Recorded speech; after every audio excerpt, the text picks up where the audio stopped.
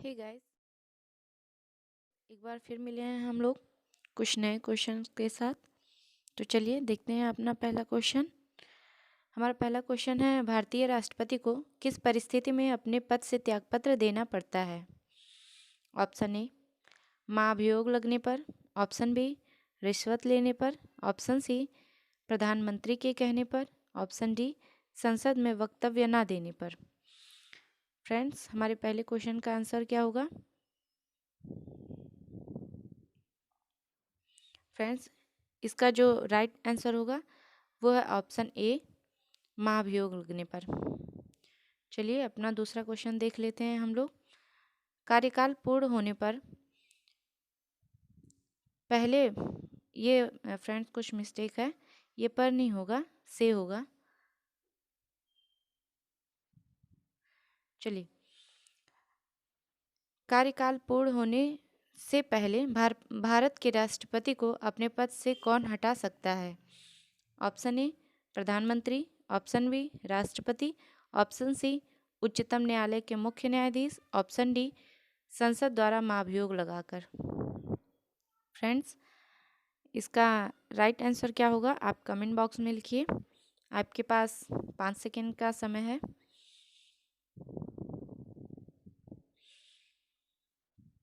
Friends, इसका जो right answer है वो है संसद द्वारा महाभियोग लगाकर। चलिए नेक्स्ट क्वेश्चन देख लेते हैं हम लोग। हमारा अगला सवाल है, राष्ट्रपति द्वारा महाभियोग का आरोप एक संकल्प के रूप में संसद के किसी भी सदन में लगाया जा सकता है। यह कम से कम कितने दिन की लिखित सूचना के बाद प्रस्तुत किया जाना चाहिए? फ्रेंड्स, हमारा ऑप्शन है, पहला 7 दिन, बी 14 दिन, सी 30 दिन, डी 60 दिन।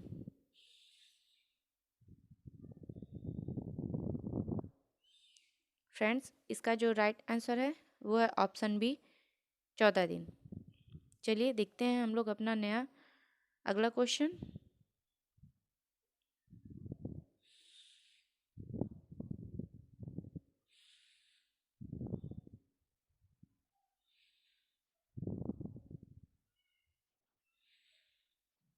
हमारा अगला क्वेश्चन है, फ्रेंड्स, भारतीय संसद के कितने सदन हैं? Option A 1, option B 2, option C 3, option D 4।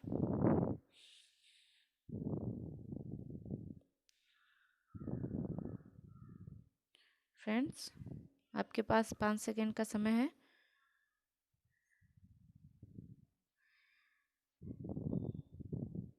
चलिए फ्रेंड्स, इसका राइट आंसर देख लेते हैं। इसका राइट आंसर है आंसर बी, 2 दिन। नेक्स्ट क्वेश्चन, संसद के किस सदन को प्रतिनिधि सभा भी कहा जाता है? प्रतिनिधि सभा भी कहा जाता है। ऑप्शन ए, लोकसभा को। ऑप्शन बी, राज्यसभा को। ऑप्शन सी, उपर्युक्त दोनों को। ऑप्शन डी, इनमें से किसी को भी नहीं।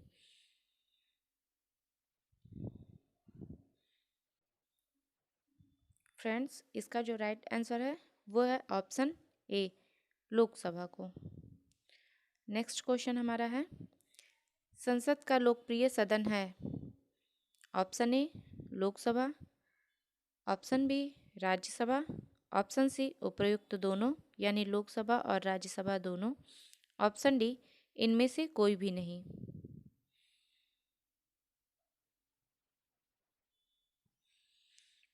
फ्रेंड्स, इसका आंसर दीजिए आप लोग।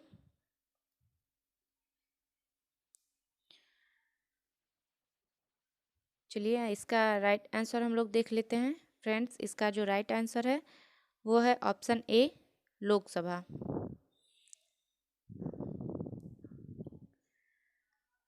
फ्रेंड्स, मैं आप लोगों को ज़्यादा से ज़्यादा क्वेश्चन प्रोवाइड कराने की कोशिश कर रही हूँ ताकि आप ज़्यादा से ज़्यादा क्वेश्चन की प्रैक्टिस कर लीजिए।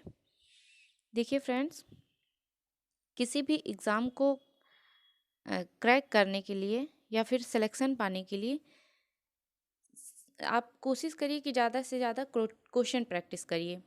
अगर डिस्क्रिप्टिव है तो आप डिस्क्रिप्टिव आप उसको लिखने की कोशिश करिए ज़्यादा से ज़्यादा क्वेश्चन को, और अगर ऑप्शनल है तो ऑप्शनल क्वेश्चन को आप ज़्यादा से ज़्यादा सॉल्व करिए। इससे क्या होगा कि आपको क्वेश्चन का पैटर्न समझ में आएगा कि वो आपसे पूछ क्या रहा है। इससे क्या होता है फ्रेंड्स, आजकल कंपटीशन बहुत टफ हो रहा है, जिसकी वजह से एग्जामिनर जो है वो क्वेश्चन को घुमा के पूछता है, डायरेक्ट क्वेश्चन नहीं पूछता है। तो आप ज़्यादा से ज़्यादा प्रैक्टिस किए रहेंगे तो इसमें आपको प्रॉब्लम नहीं होगी, आप सरलता से उसे सॉल्व कर लेंगे। फ्रेंड्स, मैं भी नेट यूजीसी नेट क्वालिफाइड हूँ 3 बार, वो भी 99 परसेंटाइल के साथ। तो मेरी सफलता का मूल मंत्र यही है कि मैं ज़्यादा से ज़्यादा क्वेश्चन सॉल्व करती हूँ। आप भी ज़्यादा से ज़्यादा क्वेश्चन सॉल्व करिए, इससे आपकी प्रैक्टिस अच्छी होगी और सिलेक्शन भी अच्छे से हो जाएगा। चलिए देखते हैं अपना नया क्वेश्चन। नेक्स्ट क्वेश्चन है, सूचना का अधिकार किस राज्य में लागू नहीं है? Option A Delhi, option B Jammu एवं Kashmir, option C Arunachal Pradesh, option D Meghalaya. Friends, इसका जो राइट आंसर है वो है Arunachal Pradesh, option C. Next question है, मौलिक अधिकारों में संशोधन करने में कौन सक्षम है? ऑप्शन ए राष्ट्रपति, option B Lok Sabha, option C सर्वोच्च न्यायालय, ऑप्शन डी संसद। फ्रेंड्स, आप ज़्यादा से ज़्यादा कोशिश करिए कि आप खुद से आंसर दें, उसके बाद आप राइट आंसर देखिए इसका। ओके फ्रेंड्स, देख लेते हैं इसका राइट आंसर क्या होगा। फ्रेंड्स, क्वेश्चन है, मौलिक अधिकारों में संशोधन करने में कौन सक्षम है? ऑप्शन ए राष्ट्रपति, option B Lok Sabha, option C सर्वोच्च न्यायालय, ऑप्शन डी संसद। इसका जो राइट आंसर है ऑप्शन बी लोकसभा।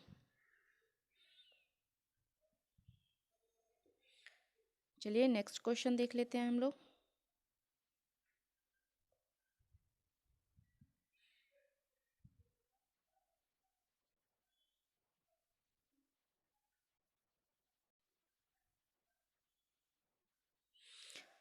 भारतीय नागरिकों के मौलिक अधिकारों के युक्त प्रबंधों को आरोपित करने की शक्ति किसके पास है?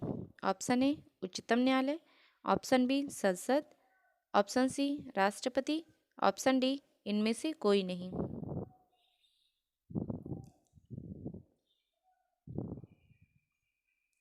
फ्रेंड्स, इसका जो राइट आंसर होगा वो है ऑप्शन सी राष्ट्रपति। चलिए नेक्स्ट क्वेश्चन देख लेते हैं।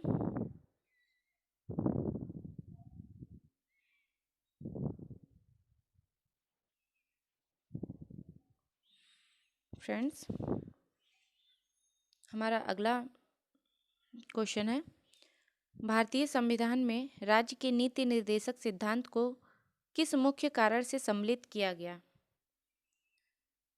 यानी कि हमारे संविधान में नीति निर्देशक सिद्धांत को क्यों लागू किया गया, उसकी क्या जरूरत पड़ गई? ऑप्शन ए कल्याणकारी राज्य की स्थापना के लिए, ऑप्शन बी धर्मनिरपेक्ष राज्य की स्थापना के लिए, ऑप्शन सी सरकार के स्वेच्छाचारी आचरण को रोकने के लिए, ऑप्शन डी सरकार को विकास में आवश्यक अवसर प्रदान करने के लिए।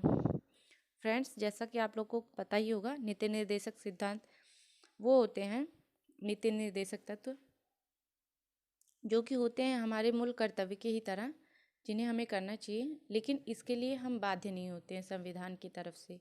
ये हमारा नैतिक कर्तव्य होता है कि हम उसका पालन करें। आप आंसर बताइए, आप गेस करिए कि इन 4 ऑप्शन में से क्या राइट होगा। लग तो राइट सारे लग रहे हैं, लेकिन इन चारों में से सबसे ज़्यादा इससे रिलेटिव कौन सा होगा? चलिए इसका हम लोग आंसर देख लेते हैं। इसका जो राइट आंसर है वो ऑप्शन ए कल्याणकारी राज्य की स्थापना के लिए। नेक्स्ट क्वेश्चन देख लेते हैं हम लोग। मूलभूत संविधान में कौन से भाग में राज्य लोक कल्याण की संकल्पना सम्मिलित की गई है? ऑप्शन ए संविधान की प्रस्तावना में, ऑप्शन बी संविधान की तीसरी अनुसूची में, ऑप्शन सी संविधान की तीसरी अनुसूची में। ये ऑप्शन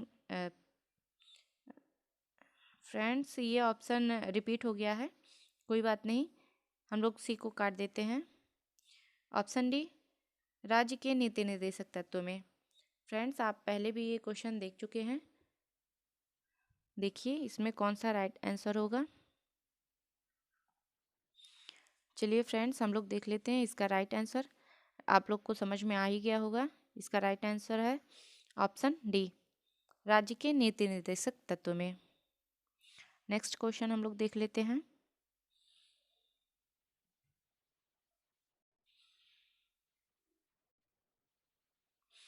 संविधान का कौन सा अंश भारत के नागरिकों को आर्थिक न्याय प्रदान करने का संकेत करता है? सॉरी फ्रेंड्स,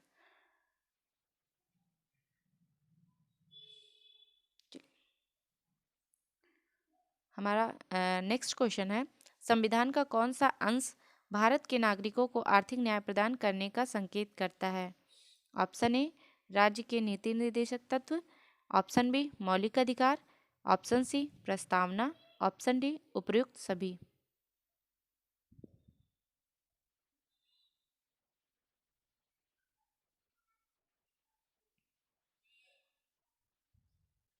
फ्रेंड्स, इसका जो राइट आंसर है वो है ऑप्शन ए, राज्य के नीति निर्देशक तत्व। नेक्स्ट क्वेश्चन हम लोग देख लेते हैं।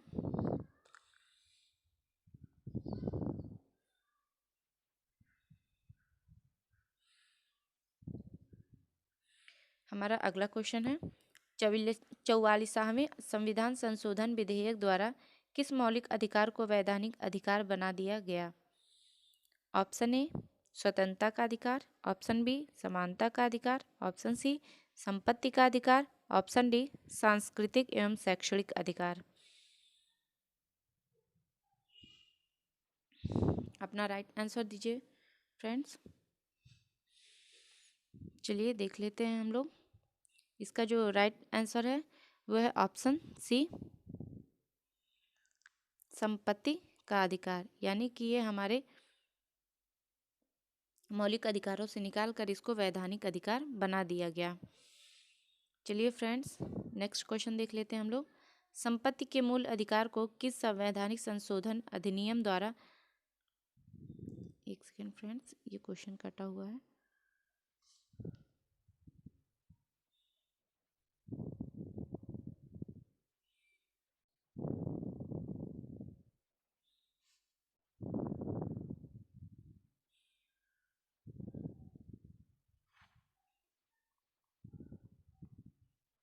चलिए फ्रेंड्स, इसको छोड़ देते हैं, नेक्स्ट क्वेश्चन देखते हैं।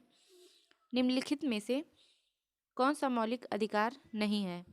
ऑप्शन ए संवैधानिक प्रतिकार का अधिकार, ऑप्शन बी संपत्ति का अधिकार, ऑप्शन सी शांतिपूर्वक एकत्र होने का अधिकार, ऑप्शन डी देश भर में आज़ादी के साथ आने जाने का अधिकार। फ्रेंड्स ध्यान दीजिएगा, इसमें पूछा है मौलिक अधिकार नहीं है। इसमें बहुत सारे लोग देख के ये सोचेंगे कि मौलिक अधिकार पूछा है, अच्छा चलिए मान देते, ये देख लेते हैं आज़ादी है, देश में कहीं भी आ जा सकते हैं तो यही मार देंगे, और शांतिपूर्वक एकत्र होने का अधिकार चलिए ठीक है, लेकिन फिर भी सबसे ज़्यादा पास में कौन सा है उसी पे मार के चले आएंगे। ज़्यादातर ये नहीं देख पाते हैं कि इसमें नहीं पूछा है। आप ध्यान दे के देखिए फ्रेंड्स, इसीलिए कहती हूँ ज़्यादा से ज़्यादा आप क्वेश्चन प्रैक्टिस करिए, जिससे इन सब में आपका फोकस अच्छे से रहेगा। पूछा है मौलिक अधिकार नहीं है। अभी इसके पहले ही क्वेश्चन हम लोग सॉल्व किए हैं फ्रेंड्स, उसमें दिया था कि संपत्ति का अधिकार जो है वो हमारे मौलिक अधिकार से निकाल के इसको संवैधानिक अधिकार बना दिया गया है। तो इसका राइट आंसर जो होगा वो है ऑप्शन बी, संपत्ति का अधिकार। चलिए नेक्स्ट क्वेश्चन देख लेते हैं हम लोग।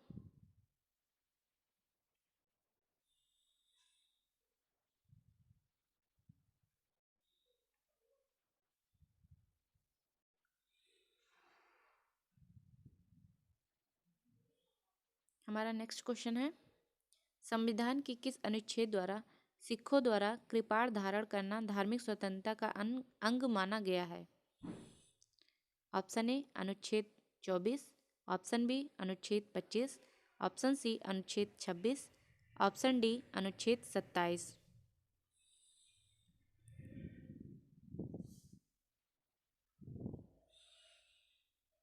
फ्रेंड्स, इसका जो राइट आंसर है वह है अनुच्छेद 25 यानी कि ऑप्शन बी। चलिए नेक्स्ट क्वेश्चन हम लोग देख लेते हैं। संविधान द्वारा प्रदत्त धार्मिक अधिकारों पर राज्य किन आधारों पर प्रतिबंध लगा सकता है? ऑप्शन हमारा कोड दिया गया है। पहला है स्वास्थ्य, दूसरा है सदाचार, तीसरा है लोकसभा। यानी इन तीनों में से किन अधिकारों पर प्रतिबंध लगा सकता है? इसका कोड दीजिए। इन तीनों में से कौन सा होगा, कौन सा नहीं होगा फ्रेंड्स, ये देख लीजिए। जिसमें हमारा ऑप्शन है, पहला ऑप्शन केवल तीसरा यानी केवल लोकसभा पर प्रतिबंध लगा सकता है। ऑप्शन बी केवल दूसरा और तीसरा यानी कि सदाचार और लोकसभा दोनों पे प्रतिबंध लगा सकता है। ऑप्शन सी केवल पहला और तीसरा यानी कि स्वास्थ्य और लोकसभा पे प्रतिबंध लगा सकता है। ऑप्शन डी सभी यानी कि स्वास्थ्य, सदाचार, लोक व्यवस्था, इन तीनों पे ही प्रतिबंध लगा सकता है। फ्रेंड्स, आप अपना आंसर दीजिए। चलिए देख लेते हैं इसका राइट आंसर। इसका जो राइट आंसर होगा वो है ऑप्शन डी यानी कि स्वास्थ्य, सदाचार, लोकसभा, लोक व्यवस्था इन तीनों पर प्रतिबंध लगा सकता है। फ्रेंड्स, आज के लिए इतना ही। फिर हम लोग मिलेंगे नए वीडियो में नए क्वेश्चन के साथ। आप नए वीडियो का नोटिफिकेशन पाने के लिए हमारे चैनल को सब्सक्राइब करें फ्रेंड्स। धन्यवाद।